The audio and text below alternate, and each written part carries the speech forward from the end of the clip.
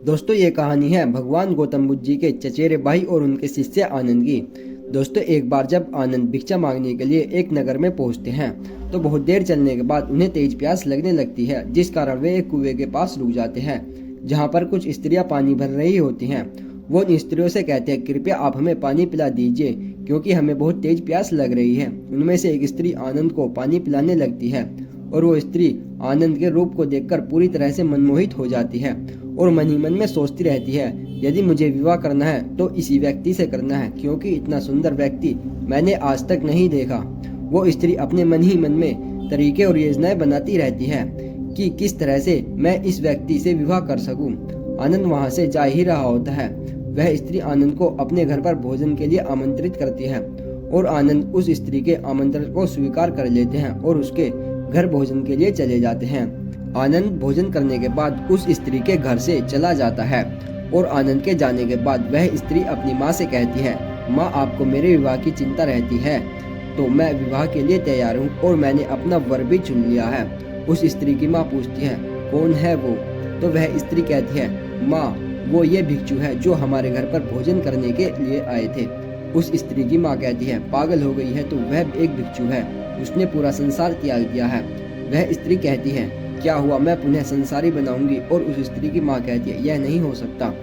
वह स्त्री कहती है यदि तुम चाहो तो हो सकता। माँ तुम जादू टोना जानती हो ना, तो कुछ ऐसा मंत्र करो कि वह भिक्षु मेरा हो जाए। अगर तुम ऐसा नहीं कर सकती तो मेरा मरा मुंह देखने के लिए तैयार हो जाओ। अगले दिन वह स्त्री फिर आनंद को भोजन के लिए आमंत्रित करती है और आनंद उस स्त्री की बात मान लेता है और आनंद उसके घर पर भोजन करने के लिए दोबारा आ जाता है। उस स्त्री ने पहले से ही भोजन में वशीकरण कर रखा है और जिसे आनंद खाने के बाद बेहोश हो जाता है। आनंद के बेहोश होने के बाद वह स्त्री आनंद के साथ विवाह करने की तैयारी करने लगती है। वहां गौतम बुद्ध के पास सभी भिक्षु लौट आते हैं परंतु आनंद नहीं लौटता है। आनंद के वापस न आने के कारण बुद्ध अन्य भिक्षुओं से उसके बारे में पूछते हैं। सभी भिक्षुओं में से एक भिक्षु कहता है बुद्ध आज आनंद एक स्त्री के घर पर भोजन करने के लिए गया था। बुद्ध कहते हैं परंतु बहुत समय हो गया है, अब तक आनंद को लौट आना चाहिए था। तुम जाओ और उसे देख कर आओ।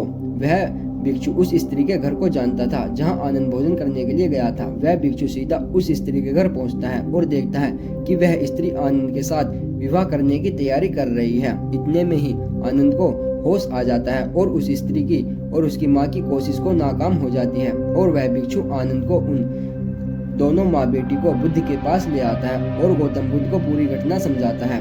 बुद्ध उस स्त्री से सब कुछ करने का कारण पूछते हैं। वह स्त्री बुद्ध से कहती है मैं आनंद से प्रेम करती हूँ। बुद्ध उस स्त्री से पूछते हैं आनंद में ऐसी क्या विशेषता है जिससे तुम इतनी मोहित हो गई हो? वह स्त्री कहती है मुझे आनंद का सब कुछ अच्छा लगता है, उसकी आंखें, उसकी नाक, उसके होठ, उसकी चाल और उसकी वाणी और सब कुछ। मैं उसे हर रूप में प्रेम करती हूँ। बुद्ध कहते हैं आनंद में रूप और गुण की तो कोई भी कमी नहीं है, परंतु क्या तुमने उसका प्रेम से भरा हृदय देखा है? क्या तुम जानती हो आनंद सर्वाधिक प्रेम किसे करता है? वह स्त्री कहती है मुझे तो नहीं करता। बुद्ध कहते हैं यही तुम चूक गई हो। आनंद संतुष्ट है और मुक्त है, उसका प्रेम बहुत गहरा है और वह समस्त मानव जाति से प्रेम करता है और इसकी यह चेष्टा है कि समस्त मानव उसके प्रेम के मार्ग पर चल सके। उसका प्रेम उसे जलाता या दुखाता नहीं है, जिस कारण तुम्हारा प्रेम तुम्हें जला रहा है। यदि तुम आनंद से सच्चा प्रेम करती हो तो तुम समझोगी और उसके प्रेम को कभी भी बाधक नहीं बनोगी, अपितु उसके प्रेम को ऊंचाइयों तक ले जाने की चेष्टा करोगी। बुद्ध की बात यह सुनकर वह स्त्री रोने लगती है और बुद्ध से कहती है मेरा प्रेम स्वार्थी था और मैं आनंद को अपने पाप से बांधना चाहती थी। क्या मैं भिक्षु आनंद की तरह प्रेम कर सकती हूँ? और क्या आप मुझे सिखाओगे कि ऐसा प्रेम जो निस्वार्थ हो और जो संपूर्ण मानव जाति के लिए हो? बुद्ध कहते हैं अवश्य मैं आपको सिखाऊंगा। दोस्तों आपको यह कहानी कैसे लगी हमें कमेंट बॉक्स में जरूर बताइएगा।